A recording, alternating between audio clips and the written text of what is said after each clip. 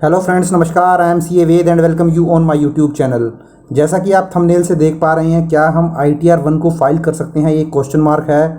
यदि आप किसी तरीके के शेयर या म्यूचुअल फंड सेल करते हैं और वो जो सेल की फिगर है आपके AIS में एनुअल इन्फॉर्मेशन स्टेटमेंट में वो रिफ्लेक्ट करती है, तो बहुत सारे लोगों को हमेशा ये कन्फ्यूज़न बना रहता है, क्या हम सेल ऑफ शेयर करें तो क्या हम ITR-1 फाइल कर सकते हैं, क्योंकि मेरी जो सेल की फ़िगर है शेयर्स को सेल करने से या म्यूचुअल फंड को सेल करने से वो बहुत स्मॉल फिगर है, या फिर उस पर जो मिलने वाला मुझे कैपिटल गेन है वो भी बहुत कम है। तो चलिए एक बार हम डिटेल में इस वीडियो को समझ लेते हैं और इस कंसेप्ट को समझ लेते हैं कि आपको फाइल करनी चाहिए या नहीं करनी चाहिए। अब देखिए, मैंने आपके सामने एनुअल इन्फॉर्मेशन स्टेटमेंट जो है वो लगा ली है। इसमें देखिए, मैं आपको पहले कुछ हेड ऑफ इनकम दिखा देता हूँ। तो देखिए, सबसे पहले आप सैलरी देखेंगे। जो सैलरी है इसमें आपको नज़र आ रही है, इस SSC की जो सैलरी है वो 6,10,000 की सैलरी है। इसके अलावा हम इसे कुछ SFT ट्रांजेक्शन देख लेते हैं। देखिए, अब देखिए इस SSC को कुछ डिविडेंड की इनकम मिली है, आप देख सकते हैं 684 और 406 रुपये। इसके अलावा इंटरेस्ट फ्रॉम सेविंग अकाउंट भी मिला है। अब देखिए यहाँ पर इसको जो सेल ऑफ सिक्योरिटी से पैसा मिला है वो केवल इन्होंने 3,876 के ही सेल किए हैं। और नीचे मैं दिखा देता हूँ, फर्दर इन्होंने एक सेल और किया है, यहाँ पर इन्होंने 2,154 रुपये का सेल किया है। तो मात्र जो इनकी सेल है मात्र 6,000 के ही इन्होंने शेयर सेल किए हैं। तो इनका एक कन्फ्यूज़न था, क्या मुझे 6,000 की सेल पे भी ITR-2 फाइल करने की ज़रूरत है, क्योंकि मेरी तो जो मैक्सिमम इनकम है वो सैलरी, डिविडेंड या इनकम फ्रॉम अदर सोर्सेज से ही है। तो दोस्तों मैं एक बात आपको बताता चलूँ, इनकम टैक्स के अंदर ऐसा कहीं भी नहीं लिखा है कि कोई लिमिट ऐसी नहीं दी हुई है कि इस लिमिट तक आप ITR-1 फाइल कर सकते हैं या इस लिमिट के बाद आप ITR-2 फाइल करेंगे अगर आप कोई शेयर सेल कर रहे हैं तो, या म्यूचुअल फंड सेल कर रहे हैं। अगर आप सेल कर रहे हैं शेयर, सिक्योरिटीज़ या म्यूचुअल फंड, तो आपको ITR-2 ही फाइल करना चाहिए।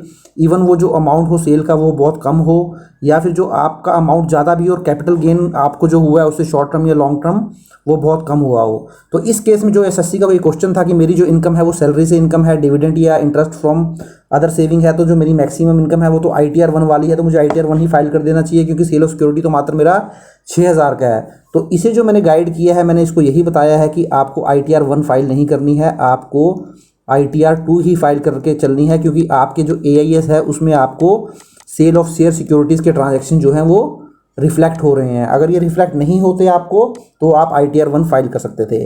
अब चलिए दोस्तों, हम समझ लेते हैं कि ये अगर हमारे ये सारे ट्रांजैक्शन होते, बट ये जो सेल का ट्रांजैक्शन है, सपोज करें किसी भी तरीके की सेल मैंने नहीं की होती और ये जो सेल का ट्रांजैक्शन है मुझे AIS में नहीं दिखाया देता, क्योंकि मैंने किसी भी तरीके के सेल जो हैं वो शेयर नहीं किए थे।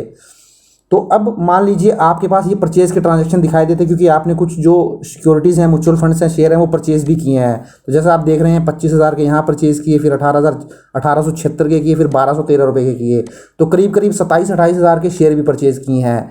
अगर आपके AIS में या आपने जो प्रीवियस ईयर है, फाइनेंशियल ईयर है, उसमें शेयर परचेज़ किए हैं और आपकी जो इनकम है वो सैलरी से, डिविडेंड, इंटरेस्ट फ्रॉम सेविंग या कोई हाउस प्रॉपर्टी है सिंगल, उससे इनकम है, तब भी आप ITR-1 फाइल कर सकते हैं, क्योंकि ये जो परचेज़ के ट्रांजैक्शन होते हैं इसको कहीं भी आपको शो करने की ज़रूरत नहीं होती है। ये एक आपकी इन्वेस्टमेंट का पार्ट होता है। तो इन्वेस्टमेंट होने की वजह से आपको ये शो नहीं करना होता है ITR के अंदर, और इसकी वजह से आप ITR-2 भी फाइल नहीं करेंगे। तो परचेज़ आपको ध्यान रखना है, जब आप परचेज़ करते हैं सिक्योरिटीज़ का, शेयर्स का, म्यूचुअल फंड्स का, तो आपको दिमाग लगाने की ज़रूरत नहीं है ITR-1 या ITR-2, क्योंकि इस परचेज़ का कोई भी रोल किसी भी रिटर्न के अंदर नहीं होता है। आपको बस ध्यान रखना है, अगर आप सेल कर रहे हैं शेयर या सिक्योरिटीज़ या म्यूचुअल फंड, तो उस केस में वो छोटे से छोटा अमाउंट भी होगा और उसके अलावा आपकी ITR-1 वाली इनकम भी होगी। जैसे इस केस में सैलरी है, डिविडेंड है, इंटरेस्ट है, या अगर कोई हाउस प्रॉपर्टी है सिंगल, तो उस केस में आपको ITR-2 ही फाइल करके चलना है।